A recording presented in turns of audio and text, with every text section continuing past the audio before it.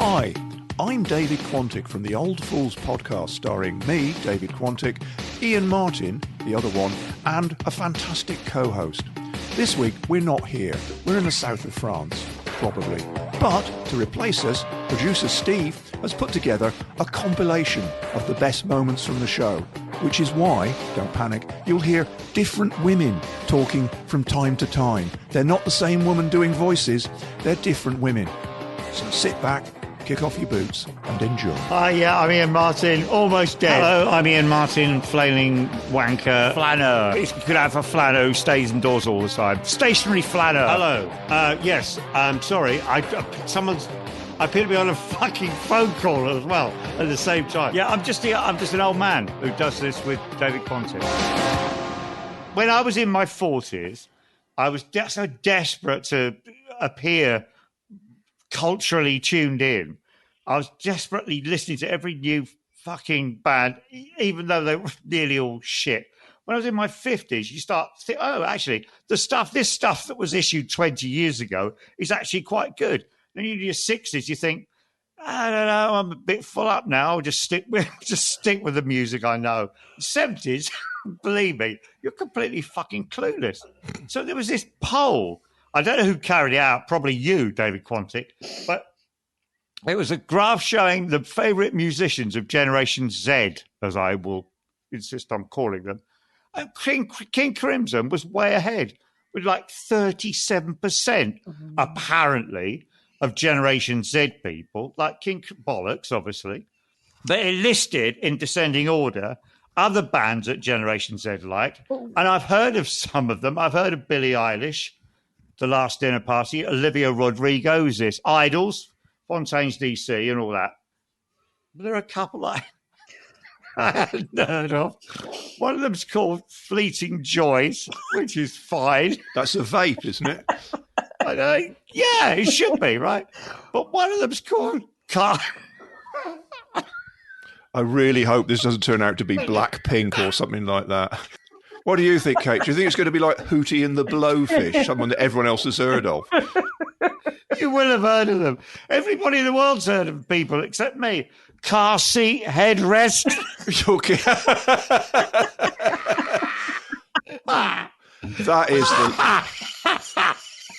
That is the last band name in the shop. They've been going for fucking years and they're really fucking successful. Is this like the reverse of that? You know that Beatles film, Yesterday? Is this like the reverse of that, where Ian wakes up one day and discovers there's a band who are massively famous, who everyone's heard of, and they're called Car Seat Headrest? It doesn't sound any less funny than anyone else. As if with their album Adjustable. Oh my God. I have a solution to everyone's problems here, which is what we do in my house to solve the issue of, shall we say, narrowcasting, as it was briefly called, which is the universal panacea, which is Jane McDonald. Oh, I love Jane McDonald. Jane McDonald, who does travel shows. You can tell her apart from Susan Calman, because Susan Calman does travel shows, but she doesn't sing at the end. No. That's where she's going wrong. That's where they're all going wrong. Paul Merton in his quirky caravan, Michael Portillo in his lurid costumes. Yeah. None of these fuckers sing at the end of the show. But think what a better world it would be if they all... And that's why Jane is great. She goes around, she says three things. She says, I'm from Wakey. She says, that was lovely, unless she's actually forced to eat feces. And even then she says, that wasn't bad. She loves everyone. She always manages to meet a camp man or two gay ladies wherever she goes. And at the end of it, she sings a song. And in our house, we like to guess what she's about. If she's in Japan, my money's always on Japanese Girl by Annika or Turning Japanese by The Vapors, which is about wanking. Yes. I'm obsessed with her friend Sue. Her friend Sue. That she has with her on the cruises. She always says cruises. Every time she says cruise, we all repeat it in our house. Every single time, cruise. We say it. But I'm with you. I think all shows should end with the host singing a song. And I would like that on the news even. Can you imagine Jane Hill breaking into a song about some sort of obscure story that she'd had on the show that night. And also, I'm looking at you two. Why aren't you singing a song at the end? Well, this is season 2. I mean, it's a blank page. We can do that. We could do the Steptoe theme. Could get go. Now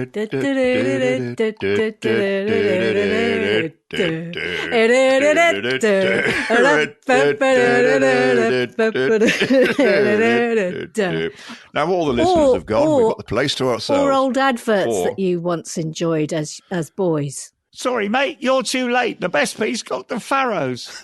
Yes. What? Do it again. What for? Brawn? Please. Sorry, mate, you're too late. The best ones. Cartoon. Crows. The crows are coming down. Oh, yes. The crow.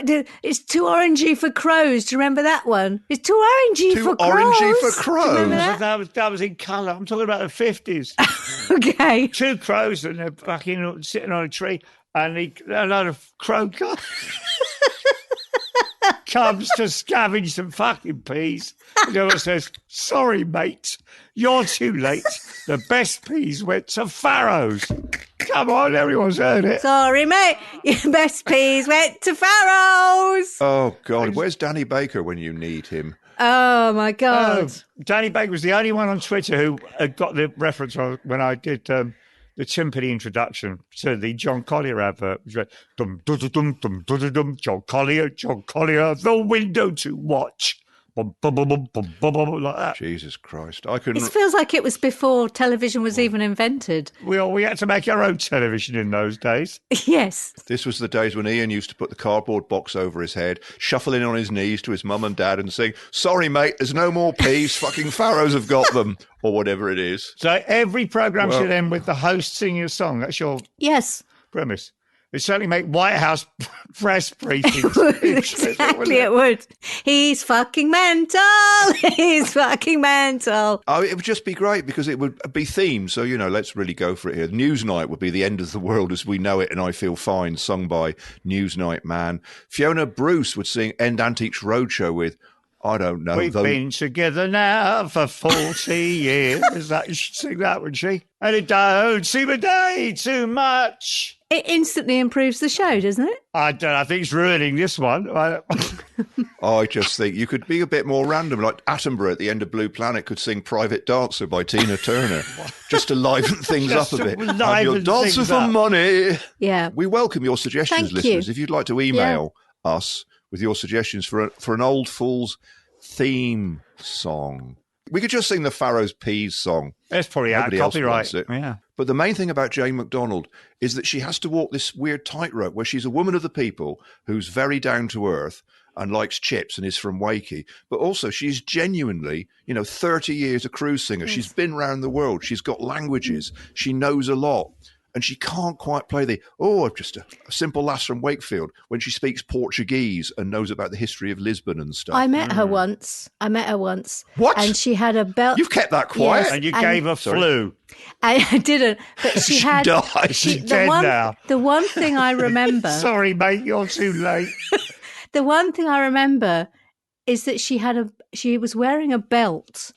And it had Jane, Jane, Jane, Jane, Jane, Jane, Jane, Jane, Jane written all the way around it. Mind you, that is the kind of appropriate prop that you'd get on holiday if you were a 15-year-old girl. You might buy a belt that said Jane. Well, I had one when I was 11 for my disco dancing bronze medal exam. Exam, yeah. And I had a belt that said Emma, Emma, Emma, Emma, Emma all around it. Talking of holiday purchases, which we weren't, being from Devon, I spent a lot of my summers selling tat to people. And I have to tell you, people will buy anything on holiday. I'd be working in the shop. People would come in. This was the 70s. They would rent radios. They would rent television sets for their cameras. They would buy bait. I can actually tell you what a garfish smells like. But what is a garfish? It's weird. A garfish is a bait fish. It's a long fish. It looks a bit like a thin pike. Oh, yeah, It absolutely stinks. Yeah, I know. There was one in Jane McDonald when she went to the Canaries, actually, which is what brought it to mind. But people would come into the shop wearing Highland bonnets that they had bought. And it's like, why are you wearing a Highland bonnet? You're in Devon. It's like when you go to Edinburgh and you see all those people walking around in those tartan hats with the ginger hair poking out. That's Stuart Lee for you. Every Edinburgh, he makes the gesture. Oh my God, I would now pay literally £1,000 to see him wearing one of those. If we are talking about music, may I be allowed to have a word about jazz? Yes, you may. Okay. I mean, I want to clear something up because I've got nothing against jazz as a form of music. I've got nothing against people who pretend to like it or people who play it. It's just I can't stand it. I physically can't stand to listen to it. Remember that Sandra Bullock film, Bird Box? No. Great. We're off to a fly. You like stuff. Bird Box. Bird Box. Bird Box. Bird Box. Oh, I've never heard of it. I thought you were going to say something I've never heard of that film. While you were Bird sleeping. Box. Miss Congeniality. Okay. While you were sleeping. Miss Congeniality 2. Speed. The Heat. Was she in Speed? Bird Box. And then... Is it a film about gardening and feeding the birds through the... Far from it, Jen. Is it about Charlie Parker? Oh, my good God. Okay, some entity... All right, let's move killing on. Everybody, killing humanity. What? If you see it, you have to kill yourself after 2 seconds. This is Bird Box. Yeah, Bird Box. It's like mass suicide everywhere. Okay. If you see it, you're fucked. That's why she has a blindfold on and takes her children blindfold to a place of safety, we hope. Anyway, it's like that with jazz for me. Oh, but listening. Right. If I have to hear it, my fucking brain melts. I can't stand the sound of it. And people are saying to me, how does a tsunami work? I'll tell you how a fucking tsunami works. The tsunami works. Well, you're in the bath, you've got Radio 3 on, but it's just out of reach. And then someone comes on and says, if it's mellow tenor saxophone you're after, well, we got a treat for you. Because here comes Buddy Fuckhead swinging 6. And you have to get out of the bath so fast, there's a tsunami. Does this count? Does this mean all forms of jazz? Yes. From mellow, mellow big band to... No, swing is fine. Swing is acceptable. Ella Fitzgerald can take me anywhere she wants. So can Nina Simone within reason. But swing's great. I like swing. Frank Sinatra, all that shit. It's just jazz, the popping jazz. It's prank music. It's fucking prank music. It's like they've opened all the cages in the music zoo and just let them out. What about Louis Armstrong? What? What's your point? Come on, following on from your long list of jazz people you don't like, what about Louis Armstrong is not an unreasonable question. I don't mind him when he's not doing jazz. Oh, so you like What a Wonderful World and We Have All the Time in the World and any song with a W and the word world in it, but you don't like... Maybe jazz songs are okay. It's just jazz without lyrics that's terrible. Look, not my words, the words of the Cambridge Concise Encyclopedia. Where is There's no such book. Fucking here it is. You've had that made. Jazz, noun. Extremely abstract collective noun. In music, a series of self-validating neurotic episodes enjoyed by a harmless community of musical train spotters who genuinely believe a tenor sax solo is some kind of fucking manifesto. That's what it says in the encyclopedia. That's amazing. I take it all back. Yeah. Until now, I thought Ian was an idiot, a clown, but now the dictionary has confirmed what he said. I realise that he's right, and jazz is... All those people in America making them records, they're fools. I'll never forget it. I was trapped in this fucking cottage in the middle of Germany. What? And Sorry. Not as a hostage, but I mean, you could go anywhere. We were touring in Germany, and we had to stay in this cottage in the middle of fucking nowhere. And it was all eco and all lights from batteries and everything. Really gloomy. And this cunt said, I refuse to believe that you don't like jazz. You have to listen to the entire, whatever, Miles Davis doing some fucking squeaking, honking, popping bullshit for an hour. And it was the most miserable hour of my life. You make a good point, Ian, oddly, because whenever people say that sentence, I can't believe you don't like, it's always jazz. It's never lasagna or two-tone, is it? Cocaine or anything. Never says, I can't believe you don't like good. I can't believe you don't like roast beef, Yorkshire pudding and red wine. I can't believe it's not cocaine. I don't like jazz either. So I'm with Ian on this. And people always do that thing as like, oh, but you haven't listened to. Yeah. And then they'll play something and you go, but this just confirms everything, because you just have to sit and listen. And you think, what am I supposed to do with myself? I'm just sitting, listening. So fucking boring. Yeah. You're pre-bored before you even start. Oh, but wait, there's a flugelhorn. Oh, wait. Yeah. I mean, listen to the way he does unless he's this. shoving it up his ass. Yeah. I don't want to hear it. Yeah. I'd love to do a jazz prank show where you get something because I can't believe you don't like jazz, and then put on a record of seagulls. And then just go, listen to this bit.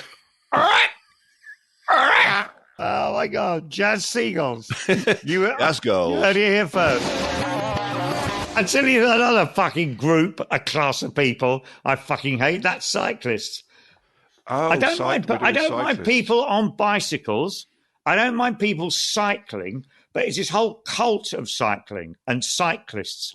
And I happened to mention on Blue Sky the other day that the biggest fucking tsunami of shit I got on Twitter wasn't from the Nazis I baited or the homophobes, or it was cyclists.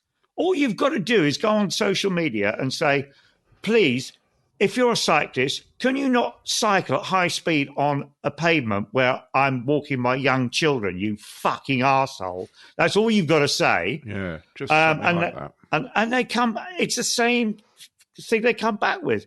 Okay, we have to jump red lights, otherwise the cars will kill us. Don't blame us for cycling on the pavement. It's the cars.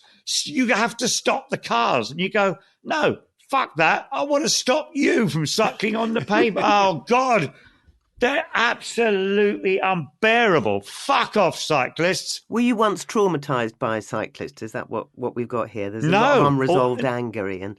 No, although I should mention our producer Steve's son, Quinn, was hit recently, broke his fucking collarbone by a cyclist with no brakes. That's awful. So, yeah, it's still raw. Oh, yeah, the whole issue's very, very raw. And I just think that you need to reverse the polarity. You know, it's like, imagine if you swap the concept of cyclist and driver. Imagine if you had to go at someone for driving a fucking bus on the pavement. And they said, oh, well, I have to do it. It's because of the cyclists. Yeah. It's the same thing. You're driving a vehicle. Same thing. And don't it's get really me started. not the same thing. It is the same thing. No, they shouldn't really be on the pavement. Pavements are for pedestrians.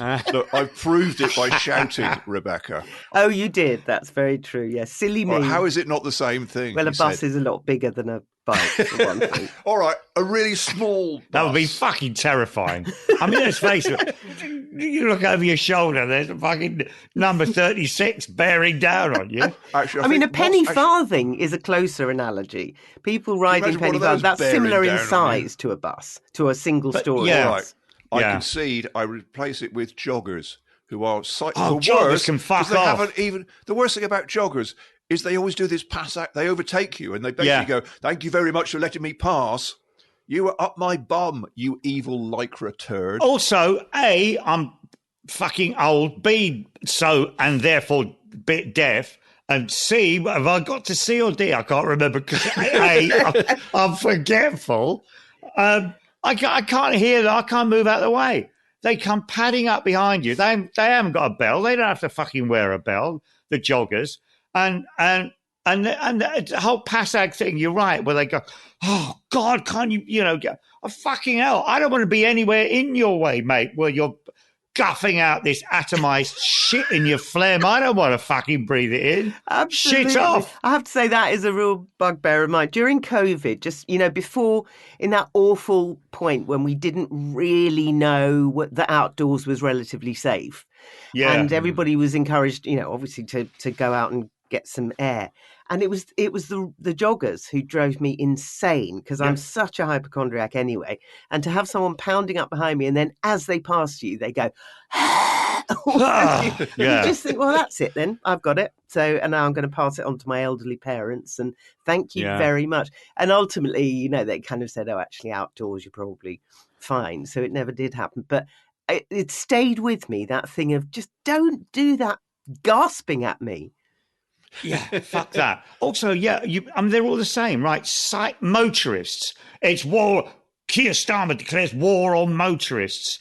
If you describe yourself as a motorist, like a cyclist or a jogger, if you ascribe some kind of class characteristic to yourself, you're almost certainly a wanker. And I've had a couple of run-ins with, but I can't go any. I'm sorry, I'm holding you up, arsehole in a car. I can't, literally cannot walk any faster across the road because I'm old and my lungs are fucked. So you just have to wait. You see him sitting there, oh, God, come on, you fanny. And obviously I did that 20 years ago, but that's different. It's different now. Karma, eh? What are you going to do? Yeah, it's a bitch, isn't it?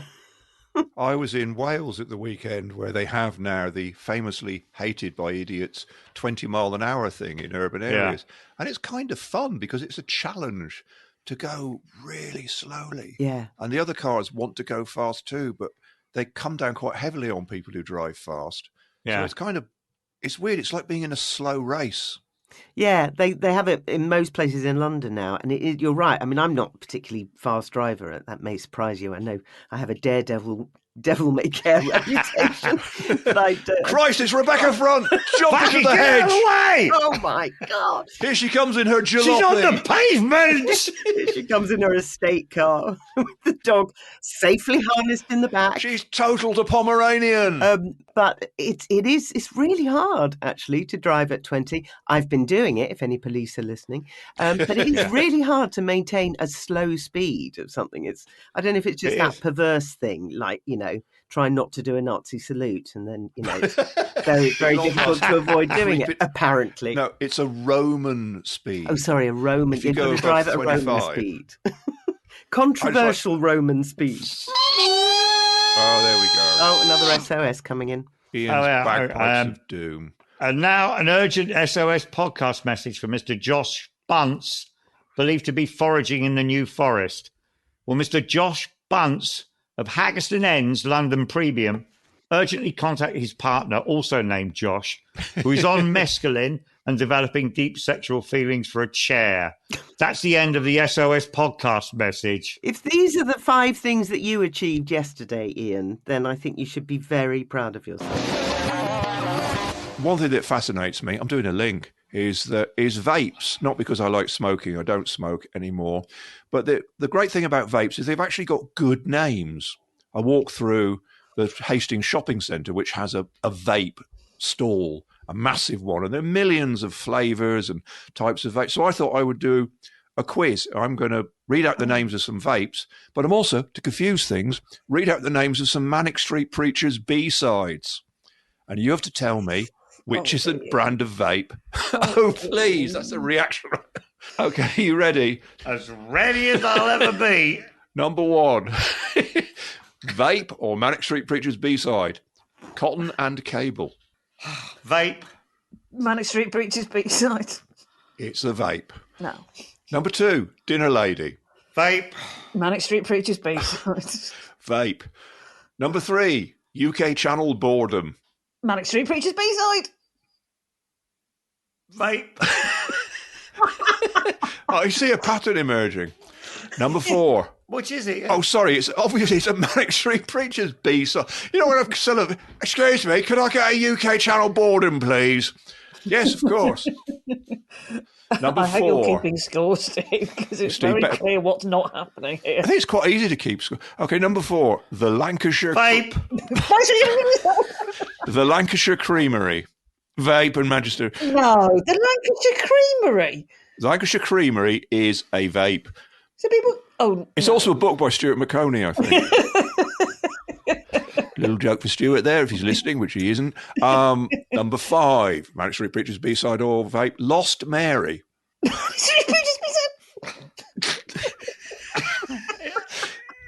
Go on in. Manic Street Preachers vape. No. Crossover. Yes, no, it's a vape. Yeah, number 6, Voodoo Polaroids. Is it a song by Kid Crimson? No. Okay. Is it a vape? No. It's a Manic Street Preachers B-side. Okay. Janitor of Lunacy. Wow, I would be astonished and delighted if that was a vape. I'd be going to buy it if that was a vape. What's your answer? It's the band. Yes, it's a Manic Street Preachers B-side. Are we there yet? Number 9. It's not going to get the Manic Street Preachers to listen to us, David. Oh, you'd be surprised. Number 9, Anorexic Rodin. Oh, Manic Street Preachers. Could be. Kate? But, well, I'm going to have to say vape if he said Manic Street You don't Preachers. have to say a different... That's a made-up... I thought... Have you been... Right, let's do the quiz again. The best chance of being... Let's do it Manic Street all Preachers again. B-side. Correct. I've never said Manic Street Preachers B-side before in my life, and now I've said it 25 times.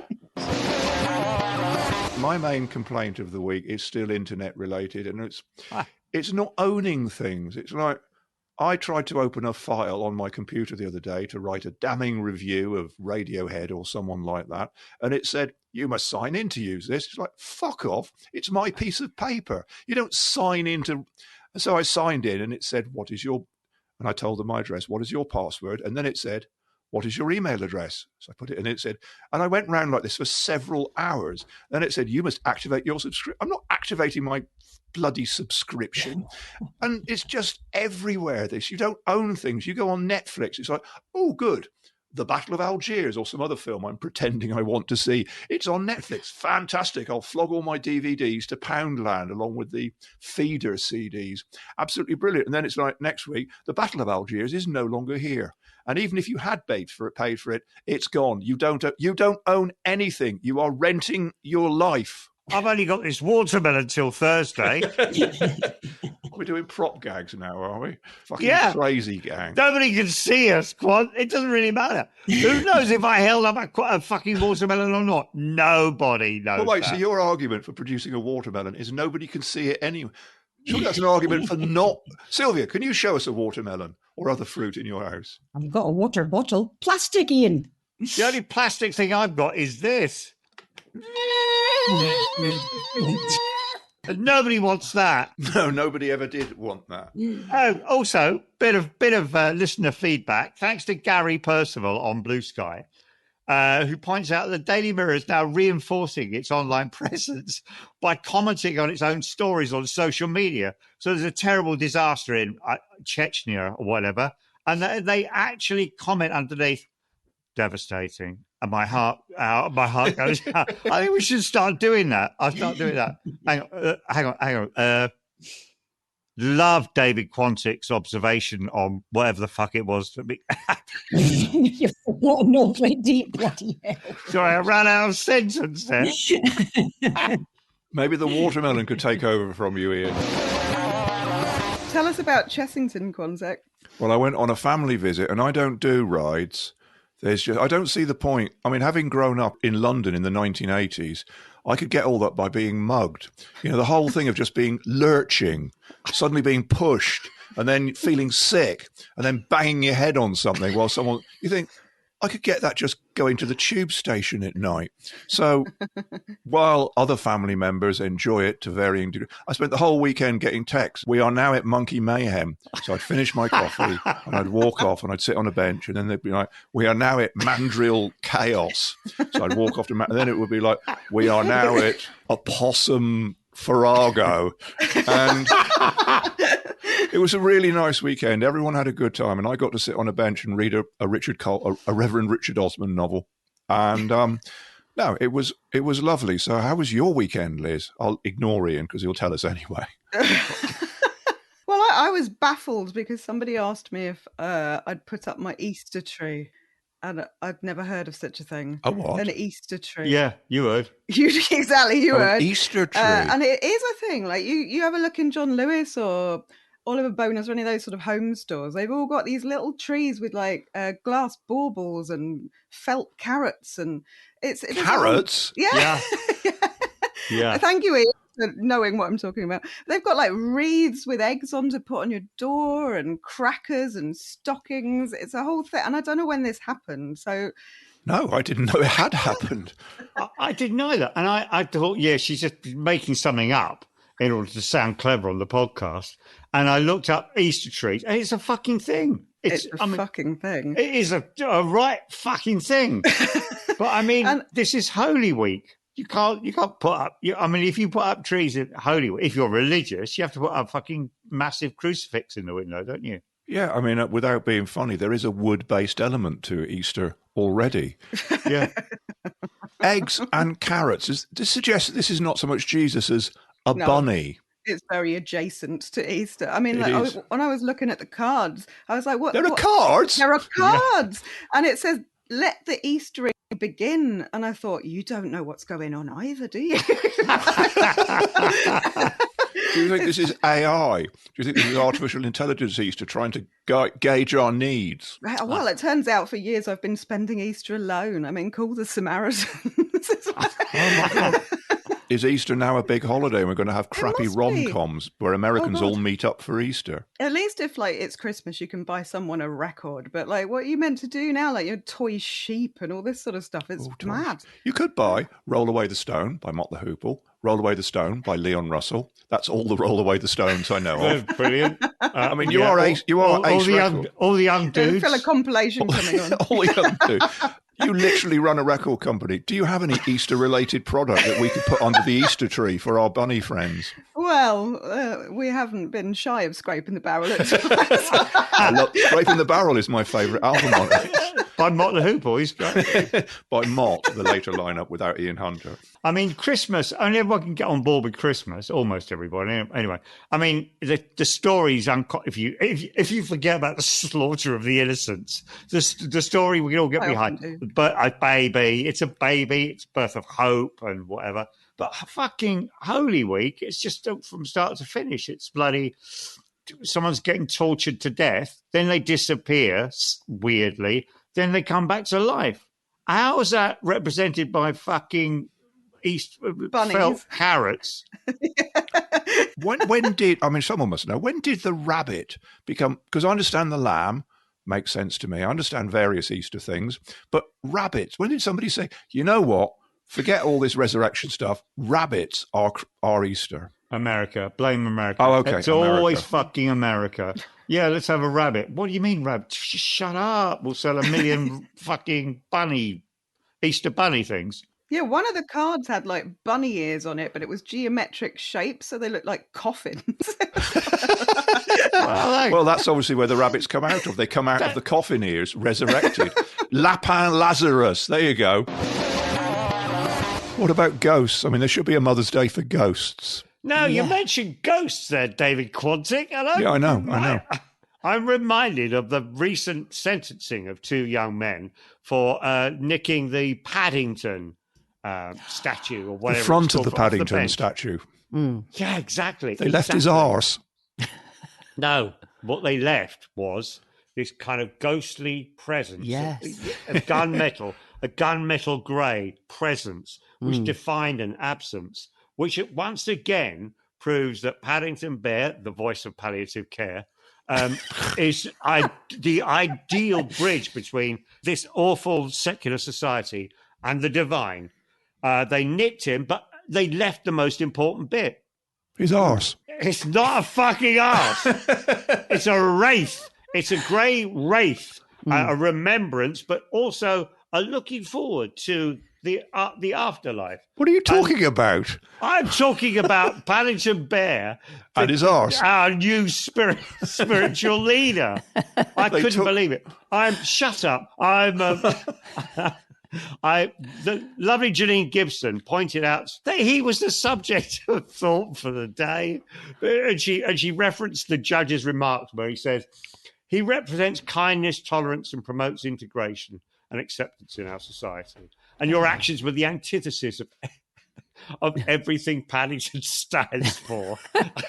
What the fuck? And I thought I'll go back and listen to Thought for the Day because I never listened to it. I went back and there's this Anglican priest, and she's she's basically. I was thinking she's not going to go there. She put him in the ring with Jesus.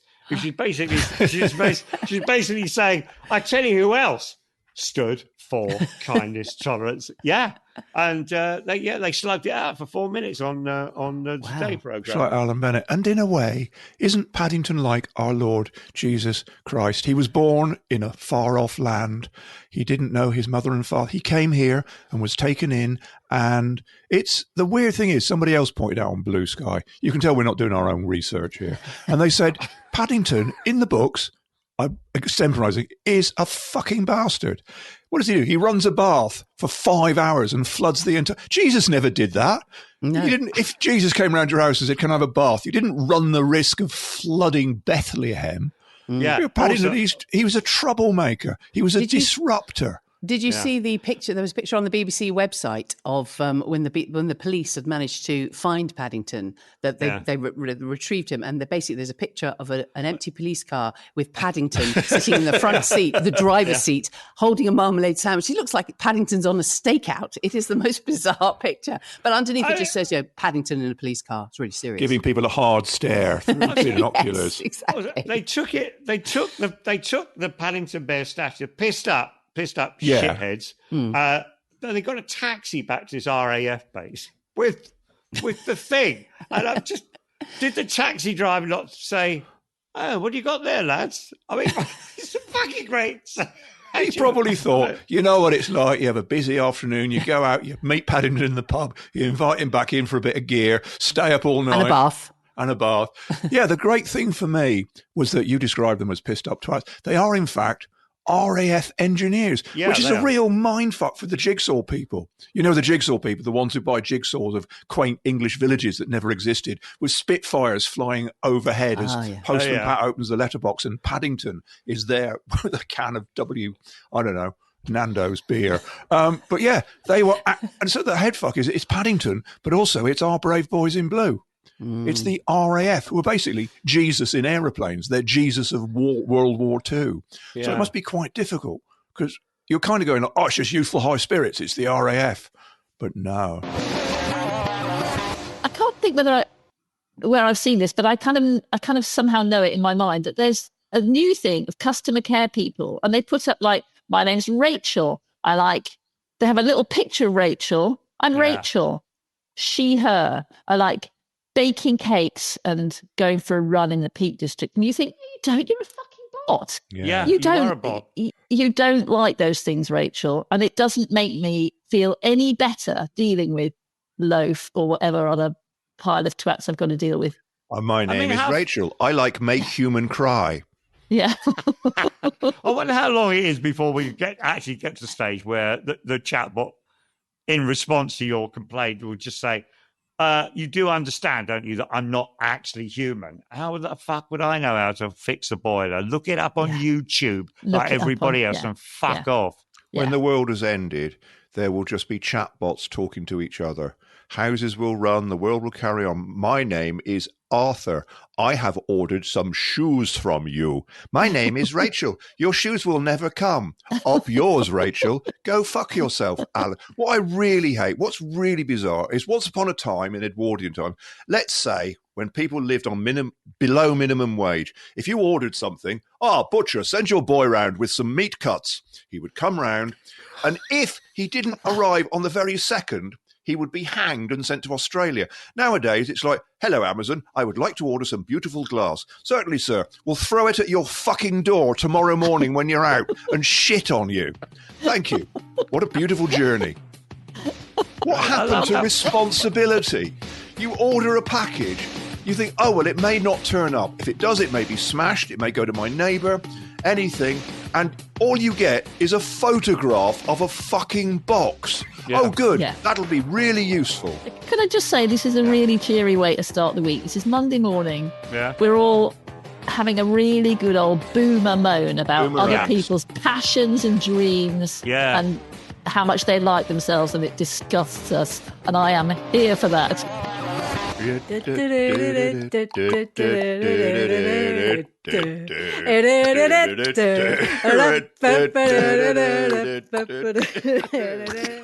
Get it, go.